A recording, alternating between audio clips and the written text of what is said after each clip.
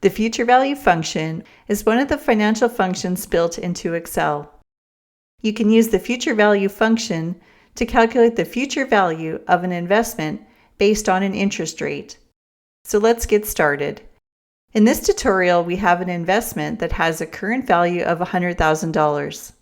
We want to invest this money at an annual percentage rate of 5% for 10 years.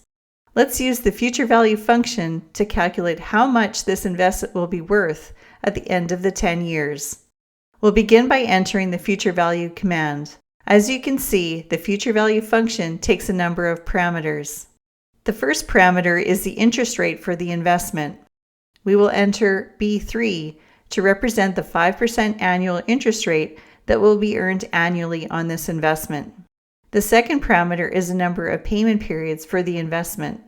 Since our investment will be earning interest for 10 years, we will enter cell B4. The third parameter is the payment made each period. Since we are only investing $100,000 initially and not making any additional investments, we will leave this parameter blank and move to the next. The fourth parameter is the present value of the initial investment, which is the $100,000. Since this is a payment, we need to enter the value as a negative number, so we will enter a negative sign before cell B2.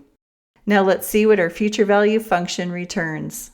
You should see the value $162,889.46 appear in cell D2.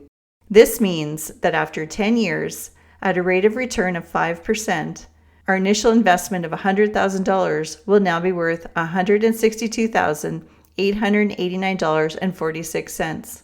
This completes our example of how to use the Excel future value function. If you would like to see more future value examples, please visit our website at techonthenet.com. If you found our tutorial helpful, please leave a like on this video and don't forget to subscribe to our YouTube channel for more great Excel tutorials.